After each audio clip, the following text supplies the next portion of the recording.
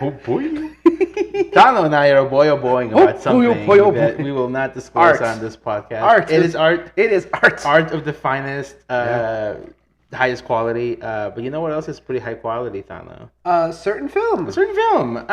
So we're going to talk about two very female-centric movies Today. Not in this one episode. Not in one that, well, no, but yes, today in general, right? Because the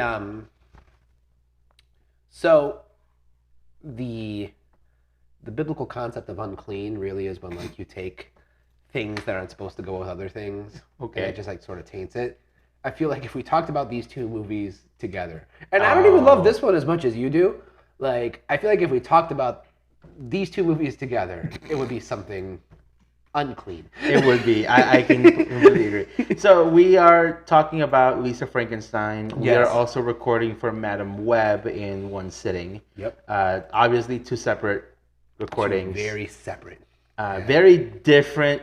Well, do I want to say they're very different movies? I would say no. There's some overlap in like these are, female centric. They're time pieces, like period pieces, quote unquote. Period pieces, yeah. They're both directed by women. There you go. They're both not written by women. This is straight up a man's criticism of feminist art. This was by a woman. This is female. The female directed. The Bechdel test was passed. But one is very competent. Yeah. And one feels like it's funny. They're both period pieces. The other movie feels like it was made in 2003, and not in a good way. Yeah. So let's talk about Lisa Frankenstein. So we're talking about Lisa Frankenstein. It is the directorial, feature-length directorial debut. The full frontal directorial debut. Oh no. Of Zelda Williams. Which the Zelda Williams? Yes. Yeah. Robin Williams' daughter. That makes me happy. Good for her. Yeah. I think the reason why this movie works for me is it knows what it needs to be. Yeah. And it commits to the bit. It knows what audience it should be reaching, whether or not you as a viewer like it. It's going to be very much based on the vibes that you vibe with. Right. Right? So like for me, for example, I love like spooky shit. This movie leans a bit into like not like scary, but like we had the discussion around Halloween time where like there's the difference between like horror and like spooky. There is. Where like spooky you can have a lot of fun with. This is macabre. Yes. This is macabre. I don't like comparing it to like Edward Scissorhands a lot. Why don't you? Because I feel like there's a baggage that comes with comparing things to like Tim Burton. Okay. Fair. Finish your point. Yeah. And then I'm gonna say something that shocks me. Interesting. Yes. But like I feel like this would be, to me, sure, maybe it's like Edward Scissorhands, Tim Burton vibes, but if it was good. Because like I feel like Edward Scissorhands, like it's okay, but like I don't love the movies. A lot of Tim Burton things I find a little cringy. Mm-hmm. But I like the aesthetic of it, which is why I think I really enjoy Wednesday, the show. Because it does have Burton vibes. And it's a lot of aesthetic. It's a lot of the aesthetic. Right. I love me some goth girls.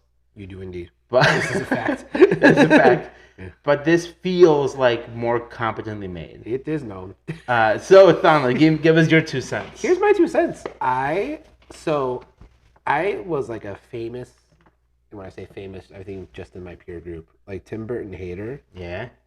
And this movie wanted me to give those Tim Burton movies another chance. Oh. Because I was honestly a Tim Burton hater because of the youth.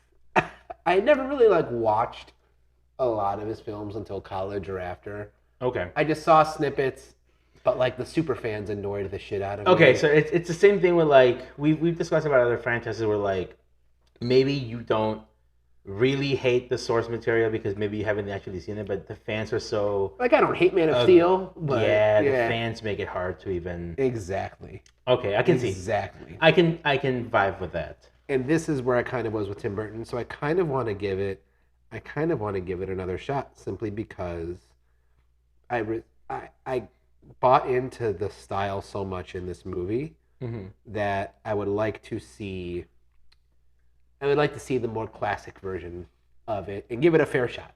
Yeah, and give it a fair shot. I will say there's a few Tim Burton movies that I genuinely just don't love. Right. Like The Corpse Bride, I'm not a big fan of. Yeah. Calling like Nightmare a Tim Burton movie is almost kind of offensive because I believe at best he has like a story by credit, but the movie was made by someone else entirely. But the aesthetic. Kind of, right? I genuinely like his Sweeney Todd. And the Tale of Sweeney Todd. I never saw Sweeney Todd. Johnny Depp did a fine job. I think he did a fine job. Yeah. I like the movie. I like the music in it. Yeah. I don't love musicals, and for me to say I like that music and the musical, that's an achievement for you. For me, that's taking a big step. Without getting into some big spoilers, I think in this movie, what works really well for me is the main cast, because you got Catherine Newton, Cole Sprouse. Cole Sprouse, famously of. Yeah, I didn't know that.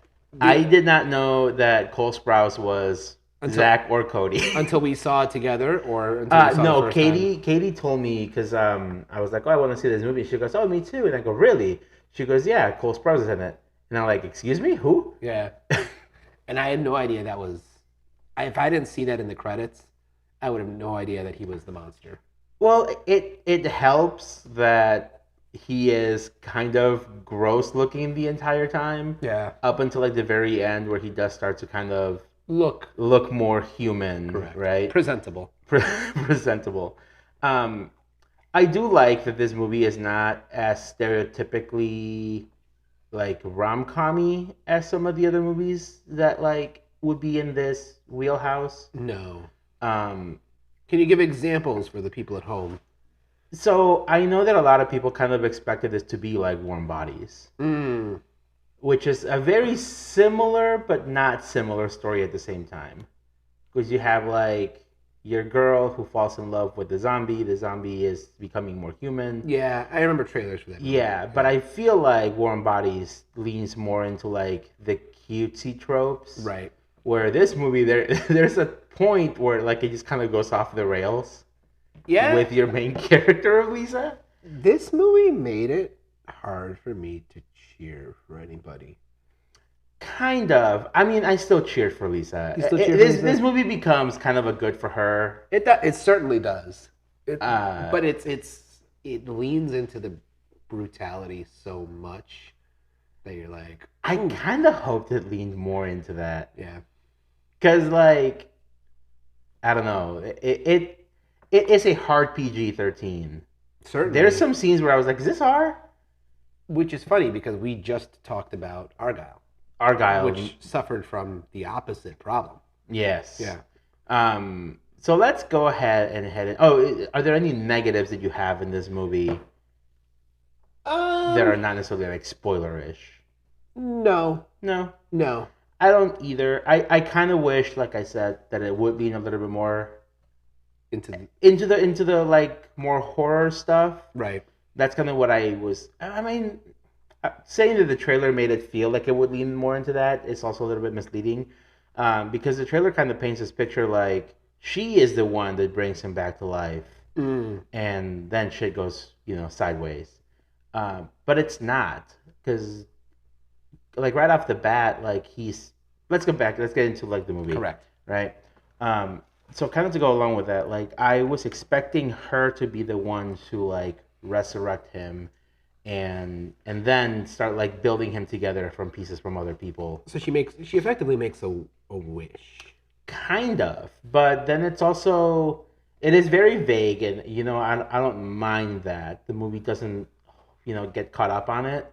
As to what the circumstances that brought him in, right? Because there's the storm, there's her drunken wish, and there's also like some lightning, right? So you're not sure exactly if it's the wish or if it's the storm that caused it in the first place. Which is very But that is a very romantic way to go. And all right, I think this is the second time I made a similar confession like this on the program. Okay.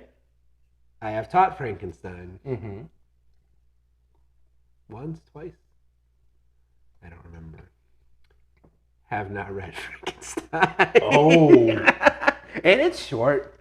There's short. I think the first time I taught it, it was like one of our summer reading options. And the second time I taught it, it was like one of our choice novel options. So I didn't effectively have to Thano, you've mentioned that you have some students that may potentially listen to our podcast. Oh, for sure. And could you imagine? Could you imagine your student going, "This motherfucker"? You know what? And she may have been in one of those classes where Frankenstein was on the table, and I didn't fucking read it. But but I knew I was getting ready to switch schools. Listen, May, they paid me $42,000 for that job. I ain't reading Frankenstein for $42,000. She's gonna be so disappointed in you. She's gonna take back her amazing art. Whatever. She got a good score on that test. Hey, that's all that matters, right? Mm-hmm. But here's the thing. I do think that this movie earns its own separation from all of these other rom-coms based on these things. Right? Here's what's funny: that whole story about Frankenstein was a prelude to a point I was. Oh right, sorry, I completely forgot to make the point.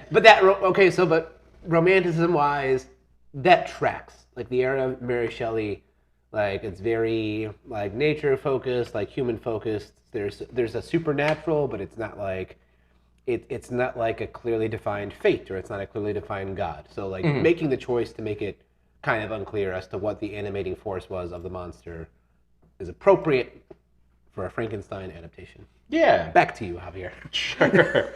One of the things that I do want to point out, though, I feel like the audiences that it is reaching, really are vibing with this. Yeah. I don't want to get too far ahead of where we usually put things in our recordings, but audience-wise, it is scoring very high, 81%, and people seem to really like it. But critically speaking, I feel like a lot of people were coming in with some expectations that were just not met. So I can see this. I feel like the trailer kind of tells you, maybe not exactly what you're gonna get, but you get a decent enough idea of what you're gonna get. Yeah, well, because this movie can be seen as one or two ways. It can be seen as a romantic comedy, or it can be seen as a coming of age. Right. And you could argue that you could have both in one movie and it could still be viable. But I think there is enough separation in the two genres that if you're looking for one and you get the other, it can throw you off. I see. Right, because if I walk into Anyone But You and I'm expecting a coming of age where this girl is going to, come into her own for whatever reason, even though she's already a grown ass woman, right? Yeah. And I get a rom-com, I'm like, wait, hold on, what the fuck, right? In this movie, it is a bit pitched as a romantic comedy with these two characters. Characters. You have your creature and you have your Lisa. Right. But in this movie, it is about her coming to terms with herself. She discovers what she actually wants through him. Through him, yeah. Because she does have her tragic backstory of her mom done got murdered. Right. And now she needs to kind of live with that. Which is interesting in a couple ways. I like that the mom getting murdered is just a circumstance that helps set up the plot. Mm-hmm. And it's never something that's the film never finds the need to go track down the murderer. The murderer, yeah. That's simply, there's 1,000 million ways this girl could have ended up in this situation. They just picked that very morbid one. Mm-hmm. Thing one. Thing two, I think it is interesting because I agree with you that this film is very much a good for her film. Mm-hmm. I think it is interesting that she finds her coming of age through not just a man, but a dead white Victorian man. And she gets to shape him. Right? She gets to shape him. Yeah. I do think so.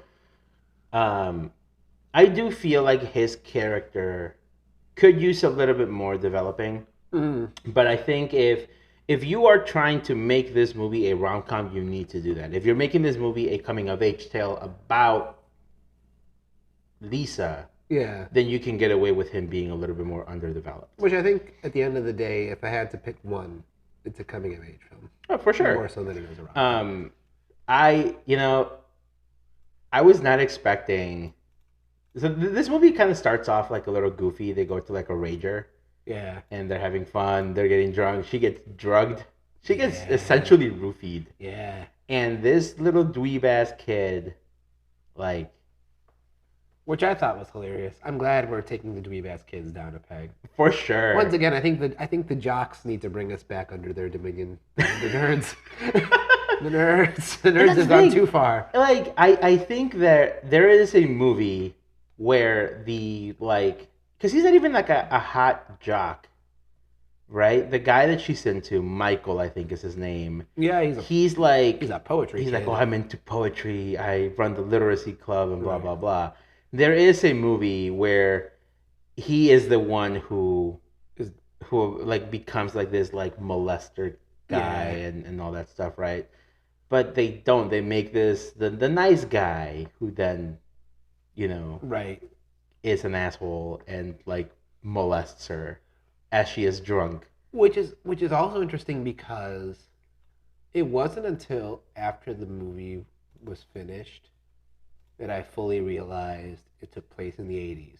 And before you say I'm stupid, I was like, oh, there's a lot of 80s vibes here. Uh-huh. But I mean, a lot of the tropes of like who does what in the high school were just ever so slightly off.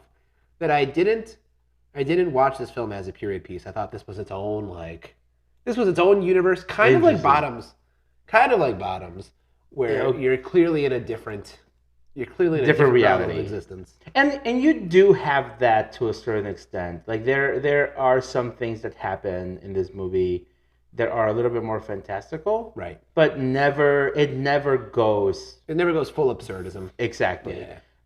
Which I think is fine. I think if it had gone full absurd, then it would have been a little off-putting for me. Because then it feels like having the monster be the weirdest thing is no longer the weirdest thing. Right. Because, like, if you could tell me that there is a monster that shows up at the end of Bottoms, and I'd be like, yeah, that checks out. Yeah. Yeah. Because it's just like... I mean, there's a sword fight. And that's what I'm saying. May as well. Might as well. Right. Where I feel like this movie does a good job at straddling that line and not going full crazy. Because, like, the craziest character I think you get in this movie might be Taffy. And Taffy is the sister. She's the hot Hawaiian sister. Because I believe she won Miss Hawaii or something like that. I really liked her character. I like what they do with her. Yeah. I like that she's not a bitch. No, because that's usually what you usually do in these movies, right? She very much could have been. She could have. Yeah. There's a few lines that she says that almost kind of push her towards that she's kind of a bitch. But then you just realize, no, Taffy's just kind of like a lovable idiot. Right. And it's not like malicious. No. It comes from a place of she's just that ditzy. And maybe she's ditzy. I don't know even how I would qualify her as like idiot because she's not totally brainless. She's definitely a cheerleader. She's definitely a cheerleader. She's like what, a 17, 18-year-old girl who is probably very concerned about what's going on in her life. Right. So like it checks out, but she's not doing it out of spite. She's not trying to bring Lisa down. If anything, she does all she can. Lisa. Yeah, she does anything she can to help her. I mean, letting her borrow her tanning bed early on in the movie. And just the interactions that they have, where she's like, I'm really sorry that you got zapped by my tanning bed. Well, and then the other interesting thing is like there's those scenes where Lisa starts to like borrow from her wardrobe, but then she does it without asking. Yeah. And it's kind of cool because it shows how Lisa's power dynamic is rising and meeting that of the the hot cheerleader in the family. Mm-hmm. But it also kind of like it also helps contextualize Taffy into very much kind of having a heart because like Lisa's not an angel. No, Yeah. no, and that's one thing that I do like about this. Yeah. She is a very flawed character. Yeah. Yes, she has her own tragic backstory, Right. and she probably has every right to be jaded as hell. Yeah. But it's also in a kind of relatable way, where you're just like, yeah, things kind of do suck, Right. and I don't think things are going to be getting a lot better with your circumstances here, Right. right? And so then you do feel for her, and which is why for me it does kind of work when it just goes off the rails and she starts kind of becoming kind of shitty. Yeah. But there are things that happen that do kind of keep her tethered to her, like, to reality. Right. And I do think Taffy is that. Yeah. So as you progress through the movie, like, she starts to bond with this creature who just shows up out of nowhere. Her mom is a bitch. Her stepmom, Carla Gugino, who plays a very good, awful person. Carla Gugino does such a good job of playing eccentric, awful, or evil people that I kind of just want to see her take on something normal again.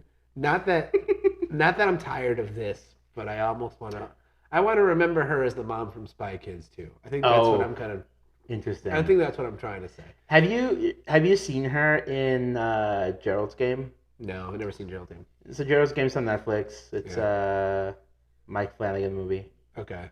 It adapts Gerald's Game, which is Stephen King story. How old is Gerald's Game, the movie? 2017-ish, 18? Something like that.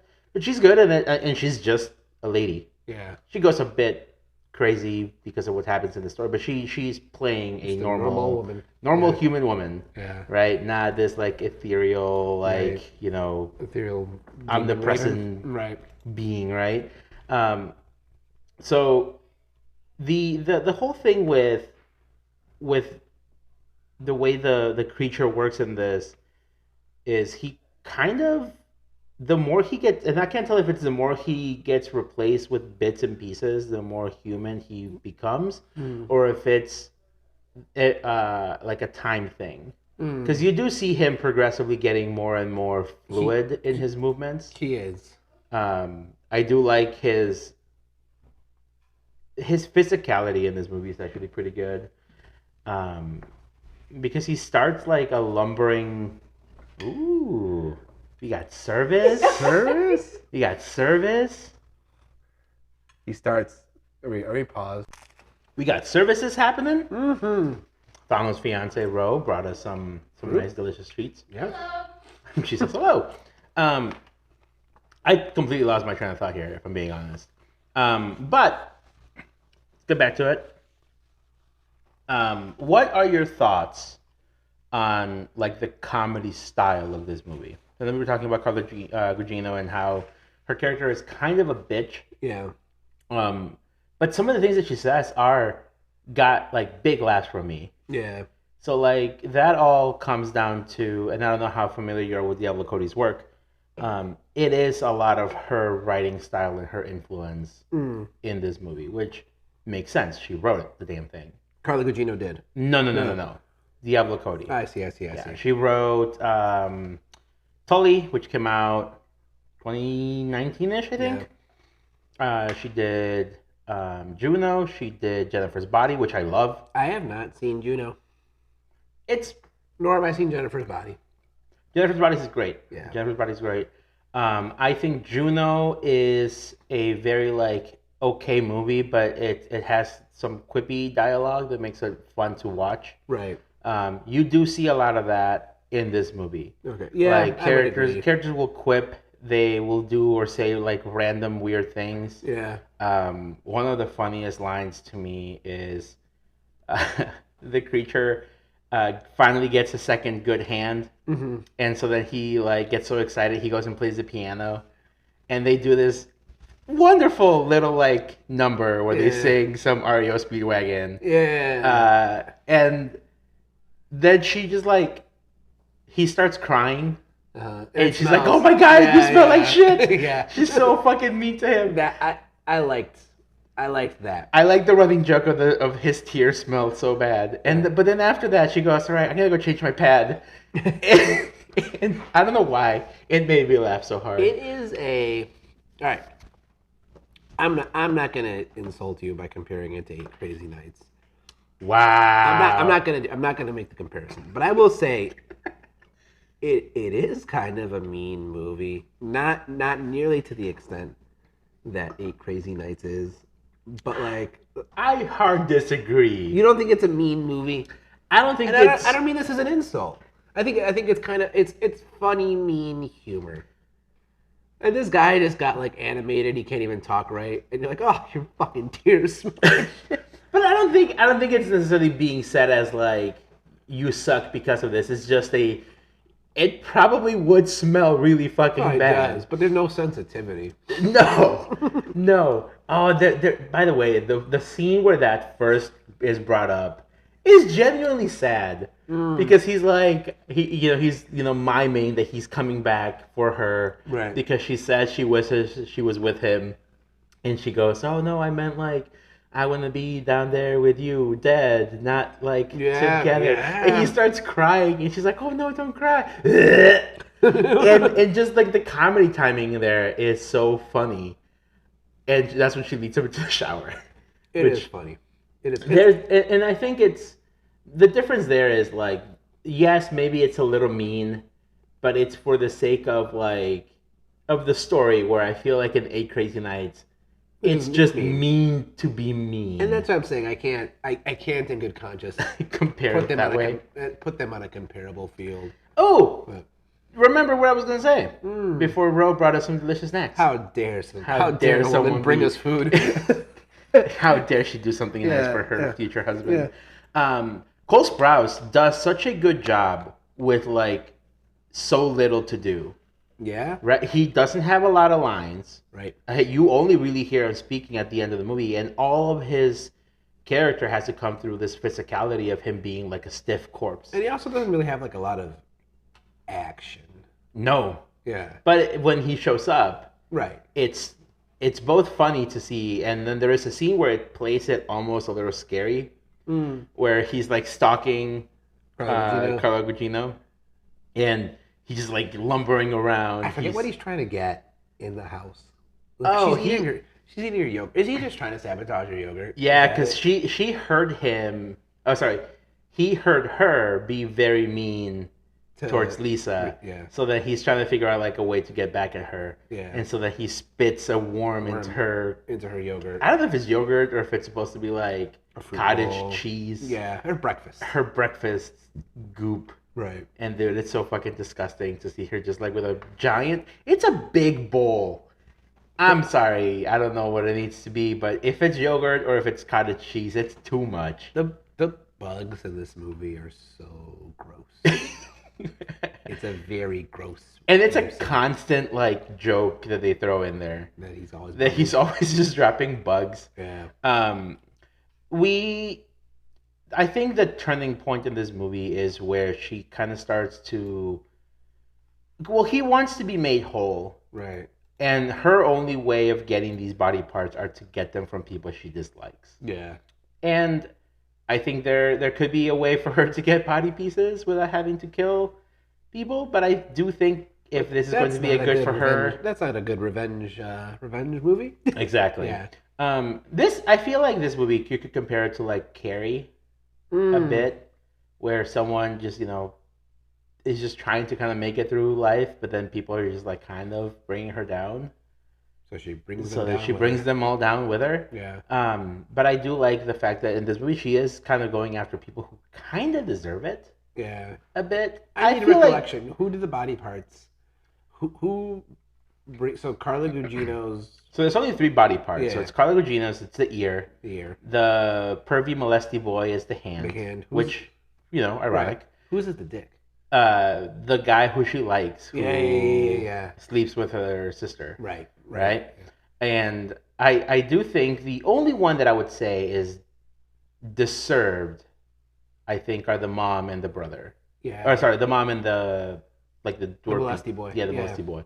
I think the boy, the boy that she likes, I don't know that he necessarily had it coming. Well, this is where it gets to the point that Lisa's kind of an asshole. Yeah. And to be fair, she doesn't really leave the movie unscathed. No. Yeah. Like there's good for her movies where they are the goddess of victory up there in those final shots. Mm-hmm. But no, by the end of the movie, she's in like burn bandages. Yeah, I mean, she earned her almost She like got a her rebirth just by desserts. fire. Yeah. She realizes that what she's done is not good. Right. But she also realizes that very early in the movie, I think. That what she's doing is wrong. What she's doing is definitely wrong, and it is going to eventually get her killed. Because that's when she's deciding. She's like, I know I could get the chair any minute. Right. She's like, I don't want to die without getting banged. Yeah. And clearly, that homeboy wants that, but it's such a strange movie because you're kind of rooting for necrophilia this whole time. And I can't remember the last movie that I saw where I'm like rooting for necrophilia. Other than just like, your straight up anti-hero movies where you're like, kill these people, right? Mm-hmm. Other than just like the Breaking Bads and Dexters of the world. Like when you're cheering for something disturbing. I'm trying to think about because he's been humanized. He's been humanized, right? If he came back and he was just a lumbering zombie, yeah, you're like, yeah, bang that zombie. Well, that's different, right? But early on in the movie, you're like, she's gonna bang this zombie, and I know I'm gonna be here for it. Here's the thing. Yeah. I was more here for it in this movie than I was here for it in Poor Things. Ah, interesting. That's a dead body. It's a dead body. It's a dead body brought back to life. It's got a different brain, but it's still, and it's a fucking baby brain. It's a baby brain, right? So I feel like this has been a year where the year of banging bodies. Yeah. But all right, so I do like that she does kind of get her comeuppance, right? But at the same time, like in a way, she is brought to justice too for what she did. Yeah. Right. She dies. Yeah. And he brings her back, right? I don't know if that was her intention necessarily, but she does leave him the note where it says like death is only temporary, like I love you, blah blah blah. But I do like that she does recognize that maybe the guy that she wanted to be with is not the one that she should be with, and now she can be together with this boy. Yeah, and it's a cute ending. I think it's earned. They're on a bench. The bench where she kills the other kid. Right. I do really like that scene. I know we're jumping around a lot. Where they chop his hand and he goes, "I told you I'd grab your hand." And even the creature's like, "What the fuck are you talking about? What is his name?" The molesty boy. No, that's Dale, I think, or Doug. Yeah. But no, because they gave the creature like no actual name. No, it is just the creature, I think. So even his headstone is like smashed. The creature, yeah. Right? He's just the creature. Interesting. I don't know. I don't really have anything else to really add to this. I am upset that it's not really doing well. It's a niche. It's niche, I would say. Man, if I was a teenage girl, this movie would be my favorite. You'd be all over the ship. I liked, we asked our friends what they thought of it online. Yeah. Isabel said it was cute, but I liked Cassie's response, where she was like, if I had seen this movie as a teenager, I would have made this my personality. Where did you say that in the chat? Huh? Did you say that in the chat beforehand? I did, but I am not a teenage girl. No. But I was wondering, I couldn't remember if you had said it in our group chat, because I was like, damn, that's exactly what Javier said. And I was like, did she get that from him, or is this just a genuine, I don't know. I think it might just be a vibe that people get for this movie. Yeah. Because, like, I mean, how many times do you have, like, boys who are like, I watched Rambo, and now I am Rambo. Yeah. Right? And I feel like this is a good chance for girls to get that, too. Because, like, there's not a huge market. Or there's a huge market, but there's not a lot of product for that, like, niche of people. Right. I want to see how much present stuff for this movie is in Hot Topic. And if this movie came out in peak Hot Topic days. I would love to see what it would do to a Hot Topic. Yeah, dude. If this movie had come out though in like 2005 or six, Right. I feel like the stance would have been insufferable. Yeah. You would have hated this movie without seeing it. I probably would have. What do you think? How normie accessible would you say this movie is? I think it could be very normie accessible. Yeah. Because I don't think there's like a lot of things that you have to like justify in it necessarily. Right. Like all you have to do is make the pitch, and that's about it. Like you're not trying to ask people to like suspend disbelief terribly, right? Zombies are pretty normal nowadays. Yeah. Yeah, I don't know. I had a good time. I'm excited to see it again when it comes out on streaming and stuff. I mean, I saw it twice. Lately, I haven't had time to see movies more than once. Mm-hmm. And if I see a movie twice, it's probably... It puts you in the 1% of movie. It appears so. Holy shit. Why do you think, though, that this movie is just like... Even though it is highly rated by people who go see it, why do you think like the box office is just not... Is it the movie itself, or is it just the fact that the cinema is kind of dying again? Well, as in, why isn't this movie doing well financially? Is that what you're saying? Kind of, because like people watch this and come out saying, "Hey, it's pretty good," but then people go see Madame Web and they're like, "This movie's garbage. Let's go see it again." Okay, here's why. This is back to our creator episode. Yeah. This is original IP ish. I don't know what it's based on, but nothing.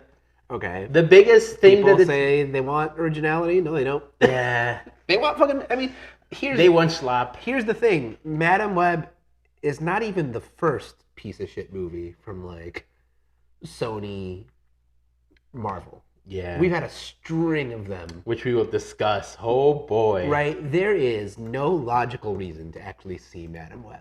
Yeah. But we fucking saw Madame Web. We're going to talk about Madame Web. We're excited to talk about Madame Web. I am very excited. Right? So, in order to get to that, we're going to wrap up here. Like I said, I like this movie a lot. I feel like this might be one of the more most rambly episodes because this movie's kind of all over the place. It doesn't have like a... Its plot is not very... I don't want to say like its plot is all over the place, but like, I mean... I don't know if this movie is the easiest to summarize.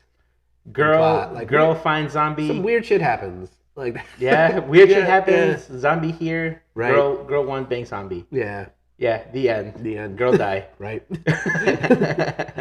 I'm just gonna end by saying that I want to see more Catherine Newton and more of she does really well. I hope her MCU character gets more time to shine. Yeah. She's good. She's good in everything she's been. She's proven herself to be a very capable actress. I would propose that for our Halloween series this year, we take a look at Freaky, because that's her other horror movie, and I think it's very fun. I'm down.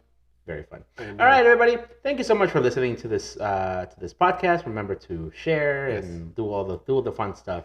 And we will be back very shortly with cinema of the highest form, art of the highest. Yes. And until next time, he has been Thano. He has been Javier. This has been the Cine-Scoots Movie Show. Bye. Bye.